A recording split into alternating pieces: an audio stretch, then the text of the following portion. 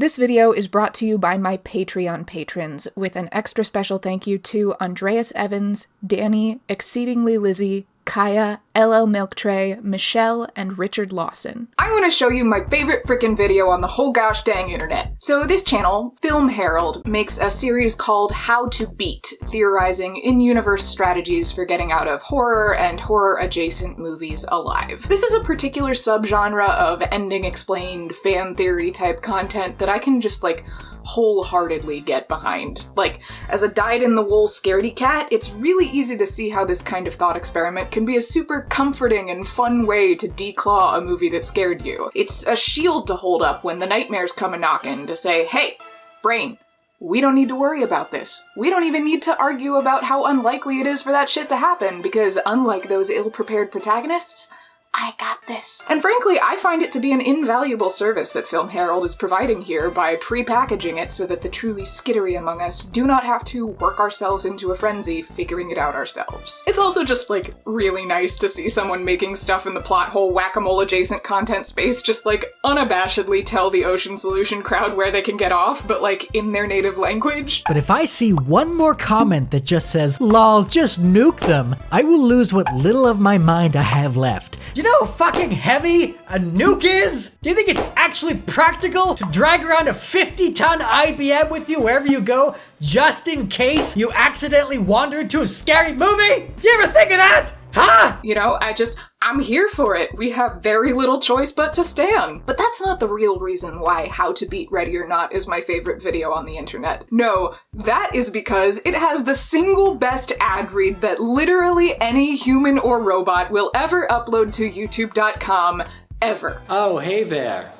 I was just floating through space and holy shit, what the fuck is that? I am the universe. Behold the face of God.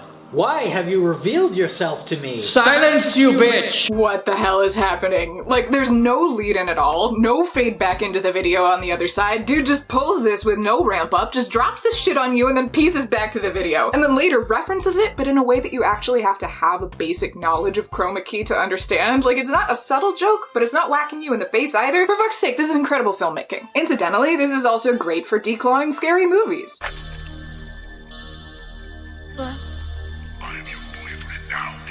Silence, you bitch! What a work of true genius. We now officially have no choice but to stand. Or maybe we still do. Let's talk about Ready or Not. Halfway to broke, halfway to broken down. This job makes you nauseous, you try to hold it down. And they will take every opportunity to comment on your luck, because in this economy you gotta be bottoms up, even when you know it's poison. Yo, you feeling well? Like a body that's so hungry it begins to eat itself. Bootstrapped so tight you can't admit to needing help. On the real, feel like hell and you want it to all stop. Ready or Not is, honest to goodness, one of my favorite movies of 2019. I don't usually do top 10 lists, but I did in 2019 for boyfriend with a film degree reasons, and I was as surprised as anyone to find it on my list. Huh. Sure. What? So in case you missed this one, or it's been a while, here's what we're working with. This little blonde twig, Grace, is getting married to Alex, the prodigal son of the comically wealthy Ladomus family. In remembrance of great-great-grandpa Victor, who started the family's now booming tabletop games, etc. business thanks to the help of a mysterious Mr. LaBelle who offered to finance the venture if GGG Pa Vic could solve his super tricky puzzle box, the family now has a tradition where at midnight on their wedding nights, new Ladomus have to pull a card from the puzzle box and play whatever game it says. Weirdly ceremonial, but harmless enough, except that actually Mr. LaBelle was 100% the devil, and this game thing is how he tells the Ladomus family that it's time to perform a ritual human sacrifice or else everybody dies. And lo and behold, Grace draws hide and seek, the rest of the family draws their weapons. Oh boy. This isn't gonna go well. Alex tries valiantly to help Grace escape, but the family puts a stop to it and handcuffs him to some furniture, which is pretty much the one thing they manage to get right, as they are, by and large, a rather bumbling bunch of buffoons who can't stop killing their housekeepers. Grace engages in some bloody hijinks and almost almost gets away, but misses it by that much. Her new brother-in-law Daniel surprises even himself by non-lethally poisoning the rest of the family and sacrificing himself so Grace can get out, only for Alex to slip his handcuffs just in time to see Grace brutally kill her mother-in-law. It was self-defense, obviously, and decide that maybe he's not on her team after all. She's in here! The battered remains of the family take one last shot at this ritual, but Grace manages to barely slip away just in time for the sun to come up, and what do you know? The devil is real, and the Ladomas family is now pie-filling. So this leaves our friend over at the Film Herald with the question, how could you beat this situation? Their idea is basically that Grace's best asset is Alex, and so in fact the situation can't be beat because Alex never would have allowed this to happen in the first place if he truly loved her. Despite his protests and his efforts to thwart them, deep down he loved his family more than he loved Grace and would have sacrificed her to save them. So while not bringing Grace would have been the best solution, he didn't do it because he didn't truly want to save her. It's my opinion that there is no real way for Grace to beat this situation without plot armor, because everyone, even Alex, is out to get her in the end. And okay, knowing what genre of content we're in, sure. There's a reasonable amount of comfort in the idea that, like, well, I would have the good judgment not to marry someone who didn't even love me enough to not lead me into a fucking death trap without a proper warning. It's a very big-breasted girl who can't act and is always running up the stairs when she should be running out the front door. It's insulting read on the situation.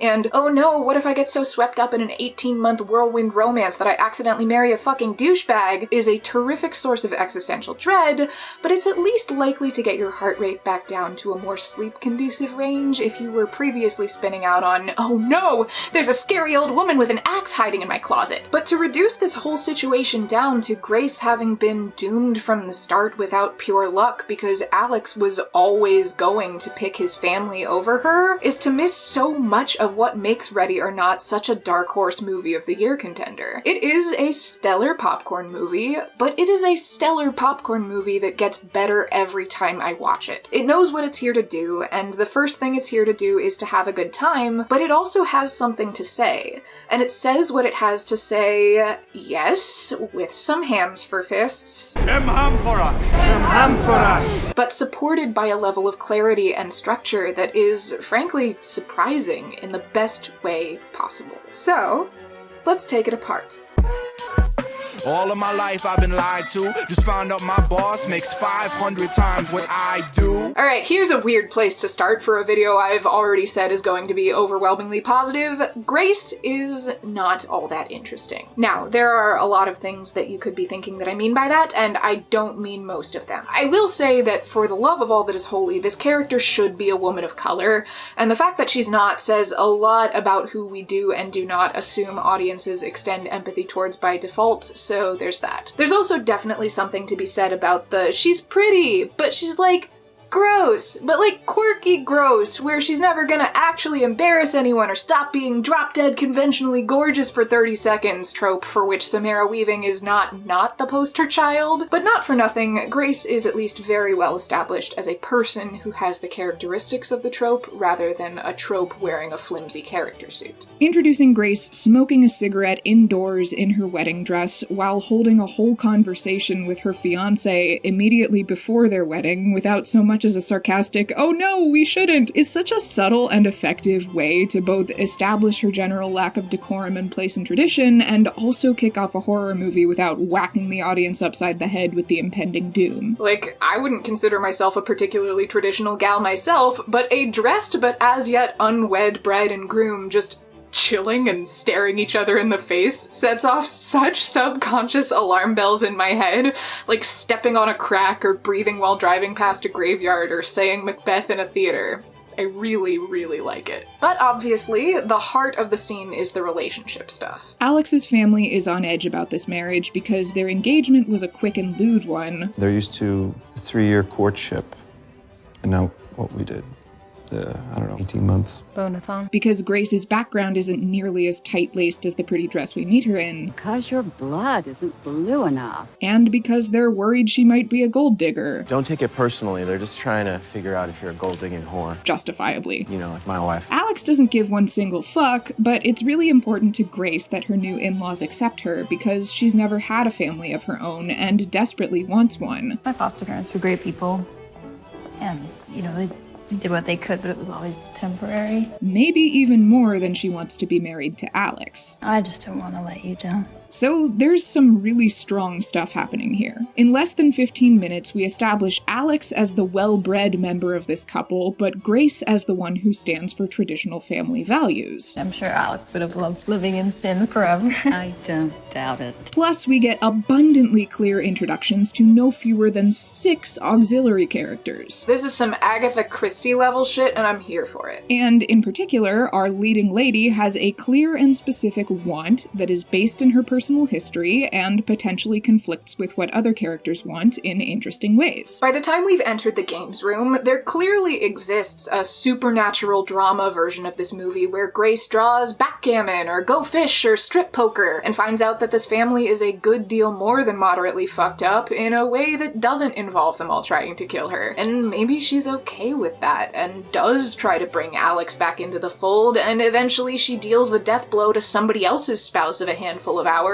and becomes the matriarch of the Lodomus gaming dynasty, and Alex doesn't even recognize the woman he married because he was always a means to the end of a stable family. Or, something like that. My point is, this lady is absolutely prepared to shoulder the burden of plot agency, but she does not get it. By the 30-minute mark, Grace's only objective is to survive. Now, that is a solid story-powering want. Very high stakes, very exciting, very edge of your seat, very viscerally relatable. But it does kind of bring any further character exploration to a screeching halt. There are little markers along the way, to be sure. In another version of the story where Alex and Grace manage to escape together and the pact turns out to be apocryphal hokum, there's clearly a lot more to the, hey, you brought me right into a situation where you knew there was like a 1 in 6 chance your whole family would spend all night trying to kill me and you didn't think maybe you should warn me about that conversation to be had. There's also a really interesting slow build to the way Grace adapts to her violent circumstances that's missing from a lot of Final Girl horror. She's shocked into total inaction when she first finds out what's happening. There's at least one moment where the most prudent strategy would be to start whacking people, but she's still stuck in the freeze response. There's time dedicated to her process of working up the nerve to hurt someone, probably fatally for the first time, and there are a number of steps along the way before she becomes a ruthless murderess and finally reaches complete desensitization. And subtextually, you absolutely could read a whole screenwriting 101 arc here where she wants to be accepted and loved by a family, but needs to build a rock-solid relationship with herself. That RuPaul shit. If you can't love yourself, how in the hell are you gonna know for sure that you're not so desperate to be a part of something that you'll accidentally marry into a family who's willing to sacrifice you to Satan? Yada yada. But all of this is very much thrown on the back burner at a low simmer compared to the moment-to-moment need to not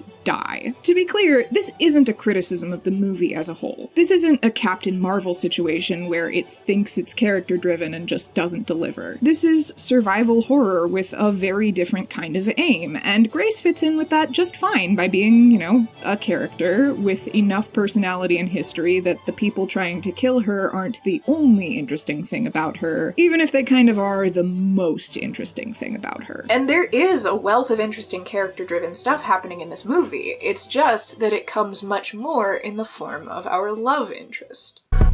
One square at a time, somewhere between the Walking Dead and the Buried Alive. Alex Lodomus is rolling with machete order Luke Skywalker levels of pull to the dark side tension, and I am very, very here for it. The whole movie is really incited by the fallout of the rock and hard place decision Alex has already had to make. He loves Grace and doesn't care what anyone else thinks, but his family has this extremely inconvenient pact with the devil that means if he's going to marry her, he has to bring her home for this weirdly ceremonial post-nuptial game night that has a non-zero chance of turning his family murderous. Not getting married isn't an option. It's too important to Grace. I'm sure Alex would have loved living in sin forever. If I didn't propose, you would have left. Eloping is out of the question. The terms of the pact mean they'll both die. It happened to my great uncle. He got married, he didn't play a game. Next morning, he died. His wife, too. He could give her some warning in the hopes of making a plan, but come on, she'd cut and run, wouldn't you? If I told you, you would have left. So, with all the unearned optimism of every young person who's ever headed down the aisle after 18 months of dynamite sex, he sticks his head in the sand and wills it to be fine. So, how much have you told her? Nothing. And I never will. Gee, wouldn't it be nice if that ever worked out for anybody? But when shit goes south, he barely blinks. It's his family or his wife, and he picks her. And it's not even close. You fucking leave her alone! You understand me? That's my wife! Until, with her son so recklessly in love that he has to be physically restrained, Becky does some mothering. Of course, Alex is having none of it. If she dies, I'll kill you. His wife is a good person, at least per the subterranean bar established by his family, and it doesn't matter what he has to sacrifice. He chooses her. But Mom's got some tricks up her sleeve. First off, it does seem like her son is not taking the possibility that his plan leaves his entire family to die nearly seriously enough. Then I suppose I'm dead either way. But more importantly, she's his mother. She brought him into this world, and she's been there his whole life. Grace hasn't even got 2 whole years on her. I don't think that you believe that a girl that you've known for a year and a half knows you better than I do.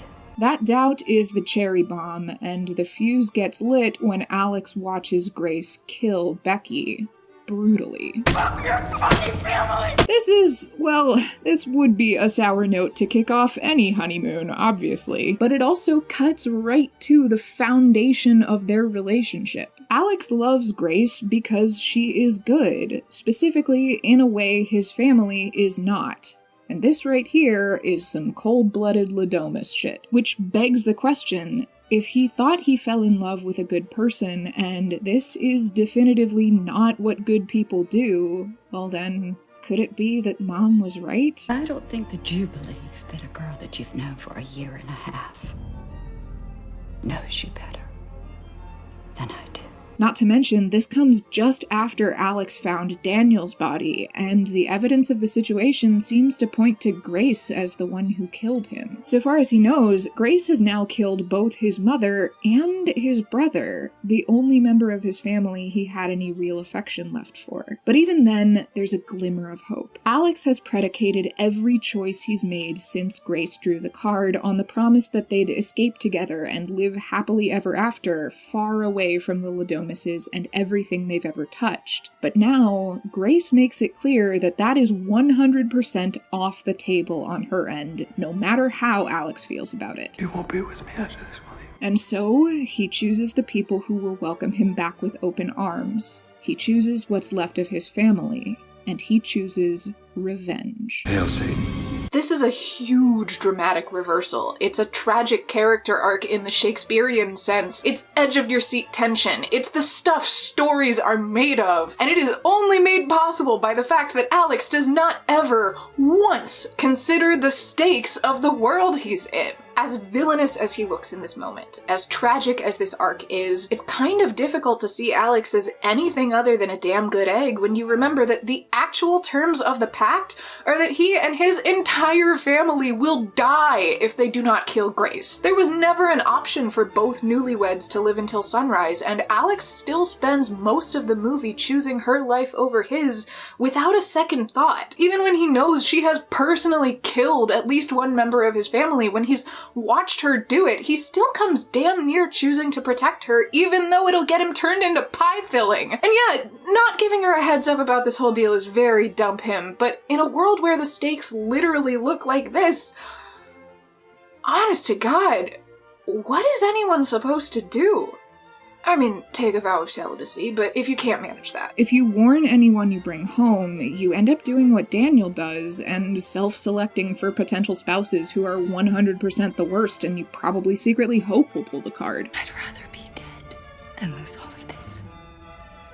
From your lips. If you find someone who you truly love, who really does make you feel like you could be a better person, if you're prepared to take their hand and walk away from this fucked up family with them and all they want is to get married, what do you even do when you watch your brother go through that? See that he's with someone who makes him a better person and just might be his way out of this impossible situation. What is the right thing to do? If you really like your new daughter-in-law and she makes your son happy, but you and everyone you love will die if you don't kill her because of a decision someone else made 3 generations ago. Okay, hold up.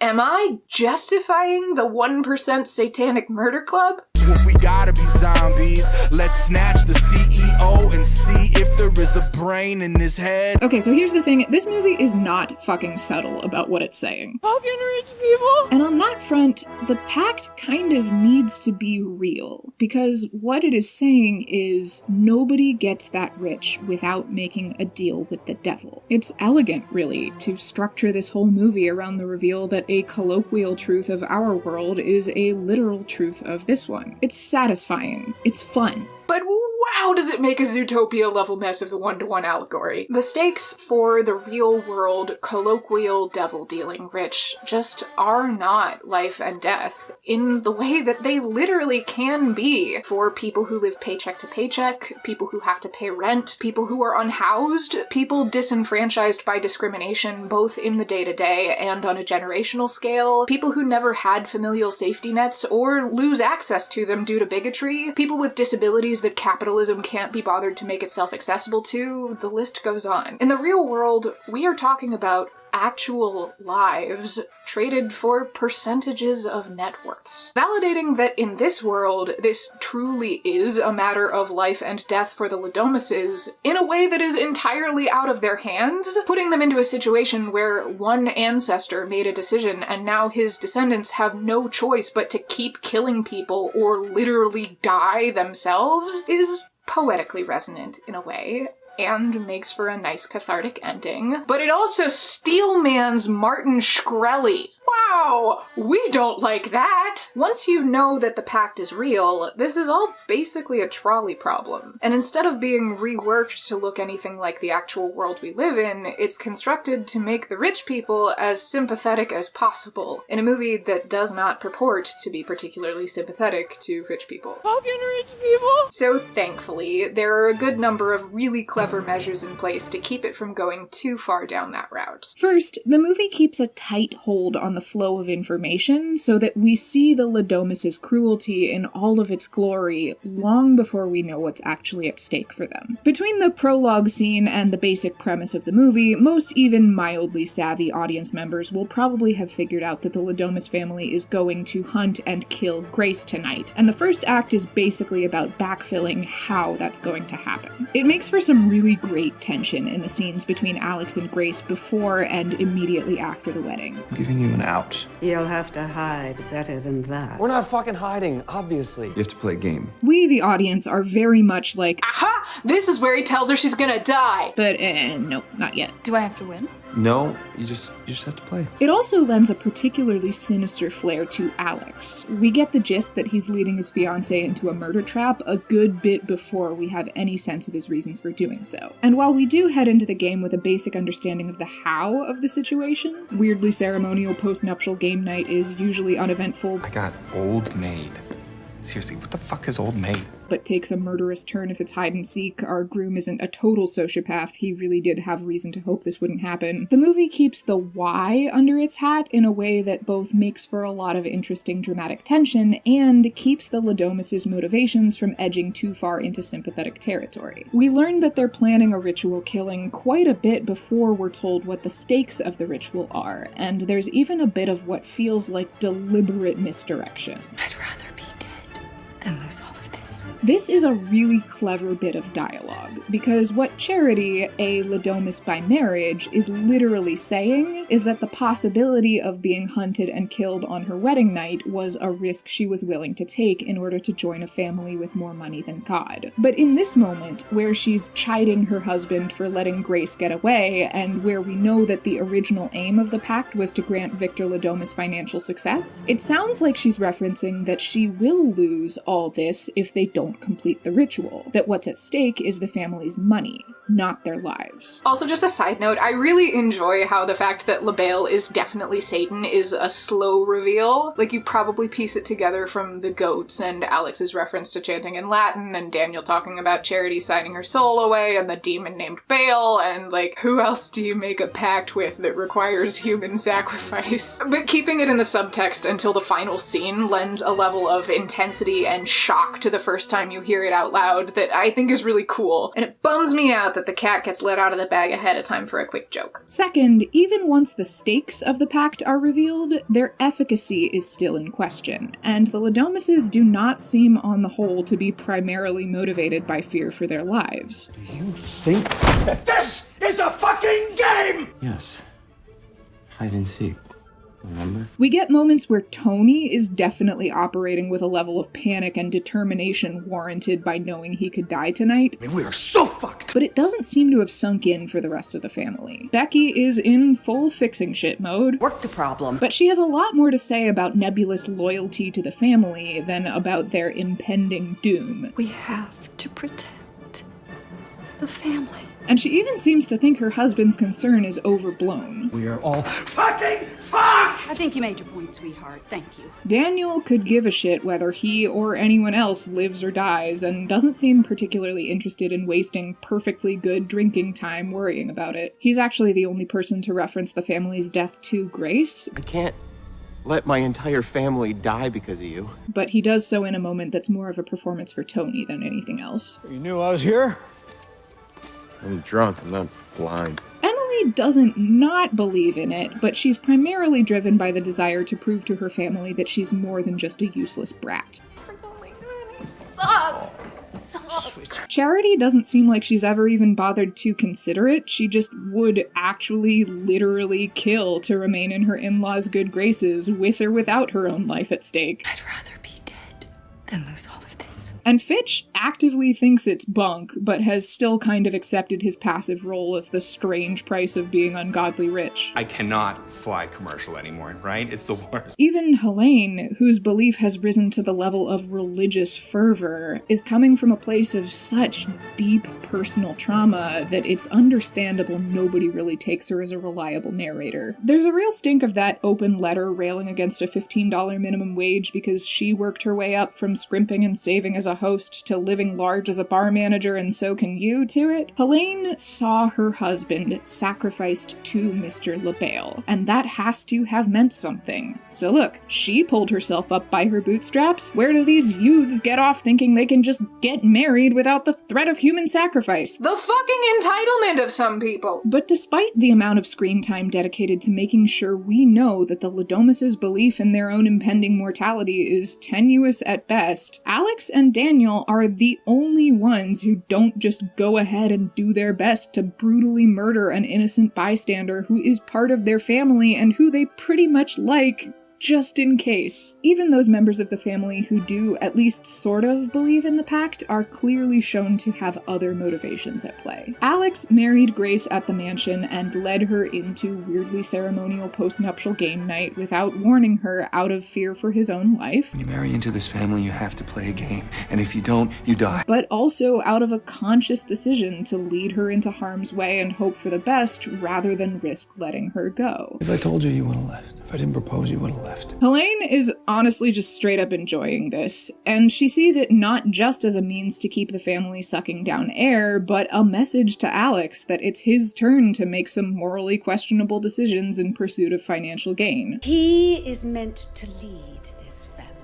Even Tony, the only one who really seems motivated by the fear of death specifically, gets the movie's most delightfully ham-fisted moment where his whole mask slips and he just goes off about how some people just deserve to die, actually. You're just another sacrifice. You're another goat. Finally, and related, is the way the movie treats Grace, where the lack of focus on her character development very much works in the movie's favor. Not dying is a pretty universally empathizable want, and the threat of death is intense, visceral, and immediate for Grace, in a way that it never is for the Ladomises, until arguably the final minutes. She is the one we are meant to identify with, and the one we should be worried about. She's also never never really let in on the part where this is theoretically about keeping her husband and in-laws alive, so we don't have to bother with the ethical dilemma where someone in this marriage is going to die tonight. Is escaping really what a person who truly loves their spouse would do? And while we do see Grace commit some truly horrifying acts of violence, the movie is never ever trying to both sides us on it. She acts in self-defense, not just in the sense that she is trapped in a house full of people who want to kill her, but in the aggressively clear moment-to-moment, where nearly every act of violence on her part is immediately preceded by an act of tremendous cruelty on the part of the Ladomises. She gives tit for tat. You don't deserve a family. Your fucking family. This all comes together beautifully in the sequence surrounding Emily and Fitch's son, Georgie. Grace has escaped the house and made it to the barn, where she runs into Georgie and goes to ask for help, acting on the reasonable assumption that he is as scared and confused as she is. Georgie fucking shoots her, so she punches him out, and in the process she falls into this pit full of dead bodies that the Ladomises just have out here. She climbs her way out, and just in case the pit full of dead bodies wasn't already doing it for you, we get the single most visceral evocation of empathetic pain in the entire goddamn movie.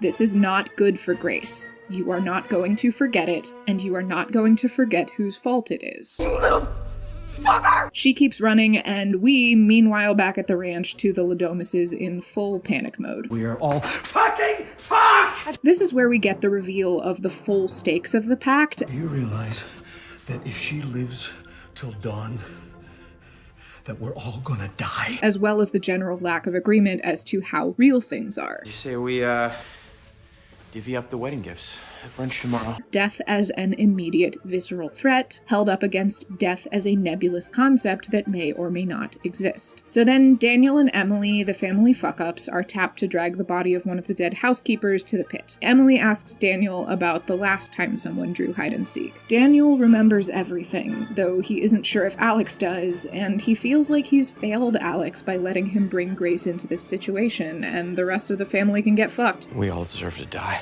My kids don't. And that is a very good point. This is the entire crux of the Ladomises' plight. There is no exit clause that would allow them to let Grace live in exchange for the demise of their originally bolstered business. They can't make their own choices about what's right and wrong, can't try to live better lives, can't redistribute their ill-gotten wealth and try to start over without satanic money. Great-great-grandpa made their bed, and now they have to sleep in it. They kill Grace, or they all, every one of them, die.